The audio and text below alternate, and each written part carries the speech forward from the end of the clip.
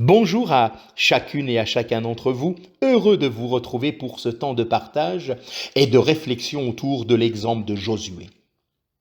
Aujourd'hui, Josué est le conducteur du peuple dans le pays.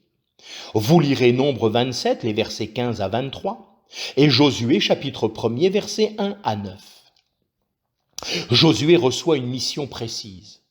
Il doit faire traverser le Jourdain au peuple, puis il doit l'introduire dans le pays et lui partager l'héritage. Dieu lui donne pour cela les qualifications nécessaires.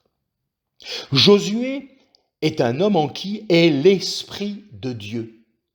Et comme serviteur de Moïse, il a reçu la formation nécessaire.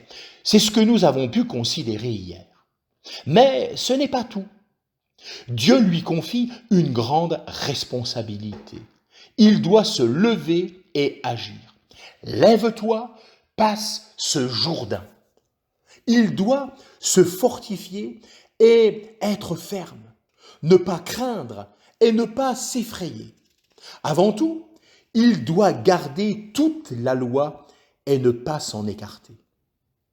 Enfin, il reçoit une promesse claire de la part de Dieu. La promesse de l'héritage et de la bénédiction, de la victoire sur les ennemis, de la présence et de l'aide de Dieu qui ne l'abandonnera jamais.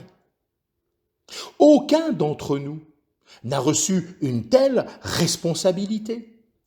Cependant, nous pouvons retirer quelque chose pour nous-mêmes de ce que Josué entend ici. Pour chaque devoir, pour chaque service, Dieu donne les qualifications nécessaires.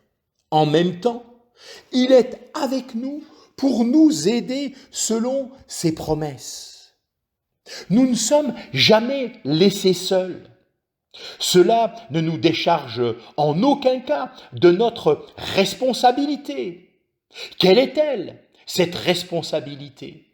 Celle d'accomplir ce qu'il nous confie, mais également celle qui est le fait de suivre fidèlement sa parole. De la même manière qu'il l'a révélé à Josué, Dieu a prévu un plan parfait. Il nous incombe à nous, à chacune et à chacun en particulier, non seulement de recevoir le plan, mais ensuite d'appliquer notre cœur à y obéir, à nous soumettre à la volonté de Dieu révélée.